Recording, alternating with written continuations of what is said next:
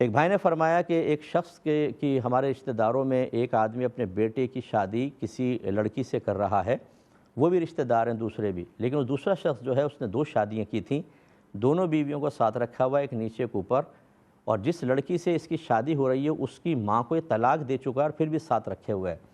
اب ہمارا اس شادی میں شرکت کرنا کیسا ہے؟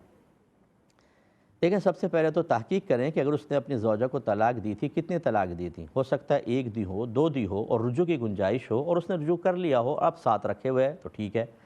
دوسری صورت یہ ہے کہ 3 طلاقیں ہی دی تھیں جس میں حلالہ کے بعد اب ساتھ رہنا جائز نہیں ہے، لیکن وہ ساتھ رہتا نہ ہو، بلکہ جیسے انہوں نے بتایا کہ 2 پورشن ہیں، ایک اوپر رکھا ہوا ہے ایک کو نیچے، تو ہو سکتا ہے کہ اوپر پورشن میں اس نے اس عورت کو، زوجہ کو رکھا ہو کہ جس کو یہ 3 طلاقیں دے چکا ہے اور ہر قسم کا تعلق نہیں ہے، راستے بالکل علیحدہ علیحدہ ہیں کیونکہ بچی بھی ہے، اس کی شادی کر رہا ہے، اس وجہ سے اوپر کا پورشن دے دیا اور اپنی ایک دوسری بیوی کے ساتھ رہ رہا ہے، تب بھی اس کی گنجائش نکل سکتی ہے۔ ہاں، تیسری صورت